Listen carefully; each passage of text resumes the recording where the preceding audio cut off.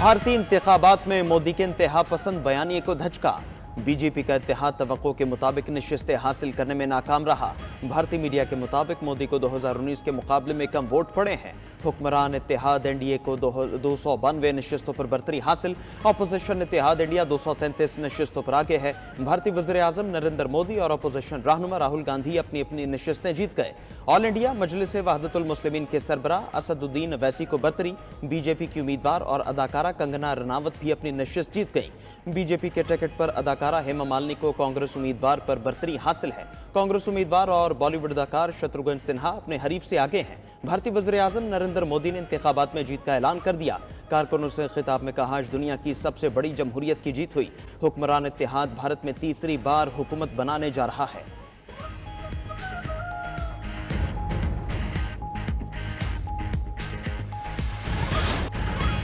मखसूस नशिस्तों के केस में पीटीआई के इंतखाबी निशान पर बहस। मखसूस सीटों का मामला कानूनी गलती से हुआ।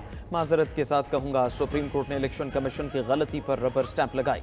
इंतखाबी निशान का मसला खुद इलेक्शन कमीशन का अपना खड़ा किया हुआ था। सुन्नी इत्तेहाद काउंसिल की मखसूस नशिस्तों के केस में जस्टिस मुनीब अख्तर के रिमार्क्स। कहा, इलेक्शन कमीशन ने उम्मीदवारों को आजाद करार देकर अपने खड़े किए गए मसले का हल निकाला। इंतखाबी निशान के अलॉटमेंट से पहले सुप्रीम कोर्ट का फैसला आया था। कानूनी गलतियों की पूरी सीरीज है जिसका आगाज यहां से हुआ था। उस पर चीफ जस्टिस काजी फायज ईसा ने कहा, सारा मलबा सुप्रीम कोर्ट पर न डालें। इंट्रा पार्टी इंतखाबात न होने पर सियासी जमात को निशान नहीं मिला। पीटीआई इंट्रा पार्टी इलेक्शन करवा लेती तो सारे मसले हल हो जाते। क्या किसी उम्मीदवार ने बल्ले के निशान के लिए रुजू किया था? वकील फैसल सिद्दीकी ने कहा, इलेक्शन कमीशन को दी गई दरखास्त मुस्तरद होने पर ऑर्डर चैलेंज को किया गया।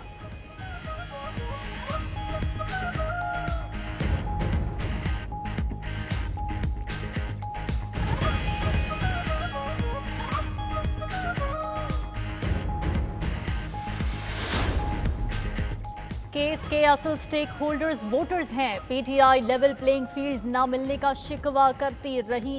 जस्टिस अतहर मिनल्लाह के सुन्नी इत्तेहाद काउंसिल की मखसूस नशिस्तों के केस में रिमार्क्स।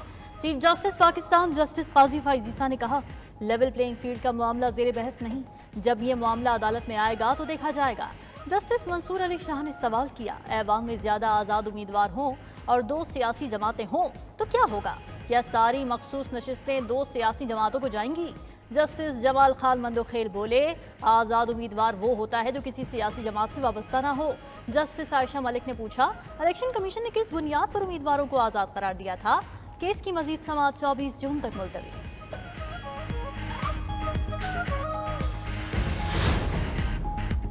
पीटीआई को अपनी मखसूस नशिस्तें वापस मिलने की उम्मीद। चेयरमैन तहरीक इंसाफ बैरिस्टर गौहर कहते हैं, सुप्रीम कोर्ट की जितनी ऑब्जर्वेशंस देखी हैं, हमें हमारी सीटें मिलेंगी। उम्मीद है 25 जून को फैसला हो जाएगा। अपोजिशन लीडर उमर अयूब ने कहा, कुछ लोग बानी पीटीआई से खौफजदा हैं। साइफर केस के फैसले से तमाम ड्रामा जाहिर हो गया। रियासत के खिलाफ साजिश का बयानिया भी झूठ निकला। तो शाखाना और इद्दत केस भी जुल्म की इंतहा है। साबिक सदर आरिफ अलवी कहते हैं, रजीम चेंज से पाकिस्तान को अरबों खरबों का नुकसान हुआ। साइफर केस का मुनासिब फैसला आया, बिला वजह केस बनाया हुआ था।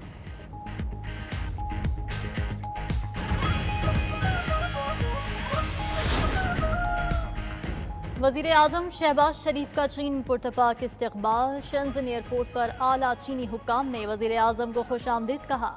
वज़ीर-ए-आज़म से आज चीनी कम्युनिस्ट पार्टी के रहनुमा मुलाकात करेंगे। पाक चीन 2 तरफा ताउन के फ़रोग़ पर तबादला ख्याल होगा। वज़ीर-ए-आज़म कल पाक चाइना बिजनेस फोरम में शिरकत करेंगे। वज़ीर-ए-आज़म शहबाज शरीफ का चीनी मीडिया ग्रुप को इंटरव्यू। कहा, 1 बेल्ट 1 रोड सदर शी जिनपिंग का शानदार मंसूबा है। सी पैक एक नए मरहले में दाखिल हो रहा है। B2B का सबसे अहम जुज़्व होगा। ज़राअत में हम चीन के तजुर्बात से फ़ायदा उठाना चाहते हैं। दुनिया में अमन कायम किए बगैर तरक्की और खुशहाली मुमकिन नहीं।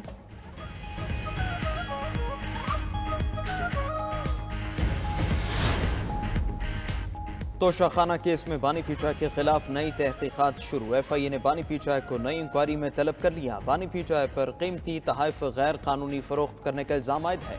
उधर साबिक़ खातून वलबुशरा बीबी के खिलाफ भी नई तहकीकात का आगाज़ कर दिया गया। तो शाखाना केस 2 हिस्सों में बनाया गया है। तहाइफ गैर कानूनी फरोख्त करने का अलग से केस बनाया गया है। दूसरी तरफ इस्लामाबाद की डिस्ट्रिक्ट एंड सेशन कोर्ट ने बानी पीटीआई की अहलिया बुशरा बीबी की इद्दत के दौरान निकाह केस की जल्द समाअत और सजा मुअत्तली की दरखास्त पर 7 जून को दलाइल तलब कर लिए।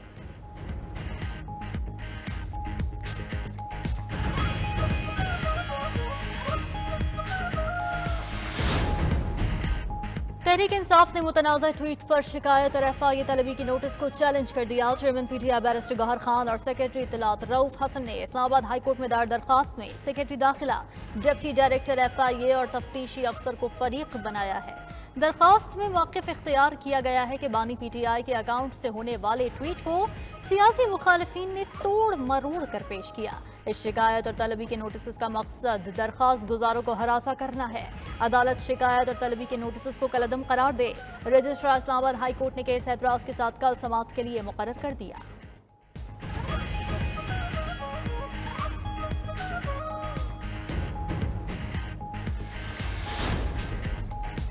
PTI मरकजी सेक्रेटेरिएट सील करने के खिलाफ कानूनी जंग जीत गई। इस्लामाबाद हाई कोर्ट ने इस्लामाबाद में तहरीक इंसाफ का मरकजी सेक्रेटेरिएट फौरी डीसील करने का हुक्म दे दिया।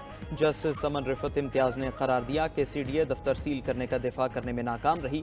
CDA ने दफ्तर सील करने के ऑर्डर से पहले कोई नोटिस नहीं दिया। बताए गए नोटिस या शो कॉज की सर्विस की कोई रसीद रिकॉर्ड पर नहीं। अगर आइंदा कोई खिलाफ वर्जी हो तो CDA कानून के मुताबिक एक्शन ले सकती है।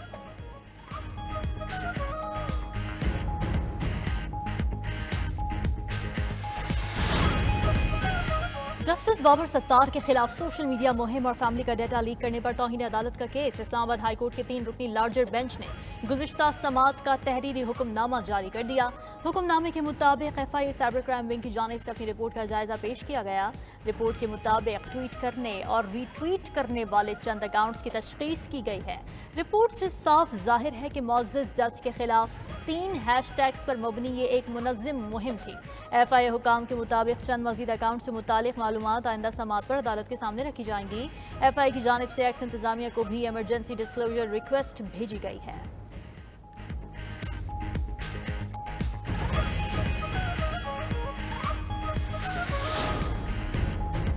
सेनेटर फैसल वावडा का तौहीन अदालत केस में गैर मशरूत माफ़ी मांगने से इनकार। तौहीन अदालत नोटिस पर सुप्रीम कोर्ट में जवाब जमा करा दिया। मौक़िफ़ इख्तियार किया, अदालत का वक़ार मजरूह करने का सोच भी नहीं सकता। न्यूज़ कॉन्फ्रेंस का मकसद अदलिया की तौहीन करना नहीं था। अदालत कार्रवाई आगे बढ़ाने पर तहम्मुल का मुजाहरा करे और तौहीन अदालत का नोटिस वापस किया जाए। उधर तौहीन अदालत केस में MQM रहनुमा मुस्तफ़ा कमाल ने गैर मशरूत माफ़ी मांग ली। सुप्रीम कोर्ट कराची रजिस्ट्री में जमा कराए गए बयानी हल्फी में कहा, जजेस बिलखुसूस आला अदलिया के जजेस का दिल से एहतराम करता हूँ। अदलिया और जजेस के इख्तियारात और साख को बदनाम करने का तसव्वुर भी नहीं कर सकता।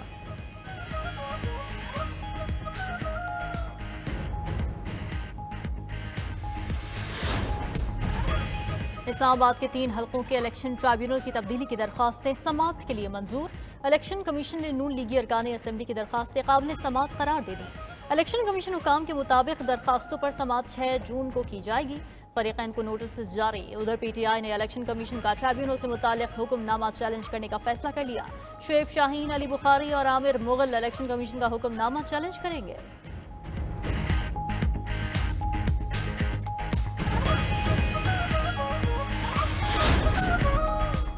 बजट में हुकूमती अखराजात और सब्सिडीज़ को मुकम्मल तौर पर ख़त्म करने का मंसूबा। हुकूमत का वफाकी बजट 12 जून को पेश करने का फैसला। नेशनल इकनॉमिक काउंसिल का इजलास 9 जून को तलब कर लिया गया। अगले माली साल में महंगाई की शरह का हदफ 12% मुकर्रर किया जाएगा। हुकूमत GDP ग्रोथ 3.6% रखेगी। रवा माली साल शरह तरक्की 2.38% रहने का इम्कान है। इक्तिसादी तरक्की के अहदाफ का सर्वे 11 जून को जारी किया जाएगा। बजट में पेंशन इस्लाहात मुल्की तरक्की के एजेंडे पर सबसे ऊपर है। कौमी खजाने पर बोझ बनने वाले इदारे जल्द प्राइवेटाइज कर दिए जाएंगे।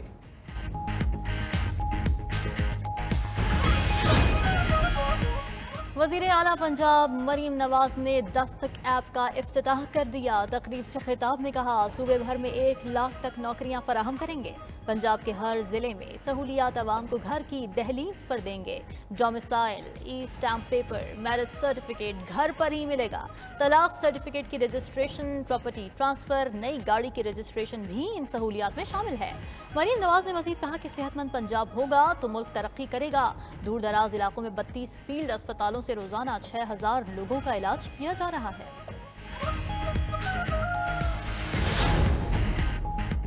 हुकूमत ने अवाम पर एक बार फिर बिजली गिरा दी। बिजली ₹1.90 फी यूनिट महंगी।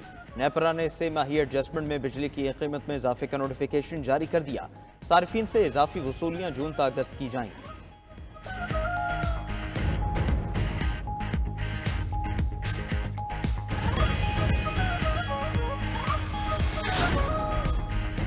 कराची में डकैती मुजाहिमत के दौरान कत्ल का मामला संगीन हो गया। शहर कायद में डाकुओं ने मजीद 2 शहरियों को कत्ल कर दिया।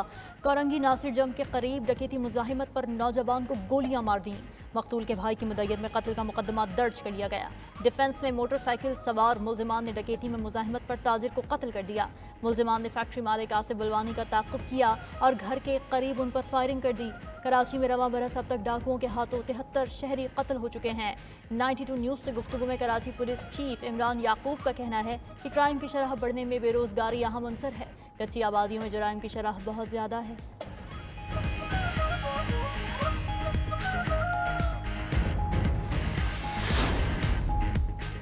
MQM पाकिस्तान ने दौरान डकैती शहरियों के कत्ल का मामला उठा दिया। खालिद मकबूल सिद्दीकी का वज़ीर दाखिला मोहसिन नकवी को फ़ोन। मुत्तहिदा कन्वीनर ने कराची में बढ़ते स्ट्रीट क्राइम से आगाह किया। खालिद मकबूल सिद्दीकी ने कहा, शहर कायद की सड़कों पर डाकू नौजवानों को गोलियां मारकर शहीद कर रहे हैं। वज़ीर दाखिला मोहसिन नकवी ने मुत्तहिदा कन्वीनर को हर मुमकिन ताउन की यकीन दहानी करा दी। उधर रहनुमा MQM पाकिस्तान मुस्तफ़ा कमाल कहते हैं, स्ट्रीट क्राइम के नाम पर कराची के नौजवानों की नस्ल कुशी हो रही है। मुत्तहिदा रहनुमा ने कराची के हर शहरी के लिए हथियार रखने की इजाज़त मांग ली।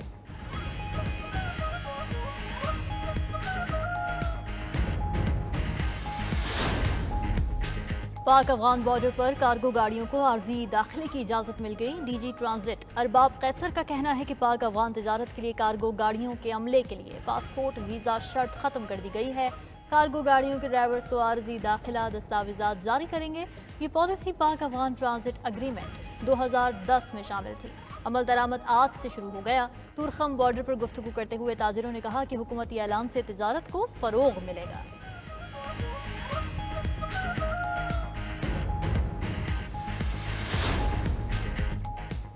साबिक स्पीकर कौमी असम्बली असद कैसर ने पाक अफगान तजारत बहाल करने का मुतालबा कर दिया। कहते हैं, अफगानिस्तान के साथ अमली तौर पर तजारत बंद है।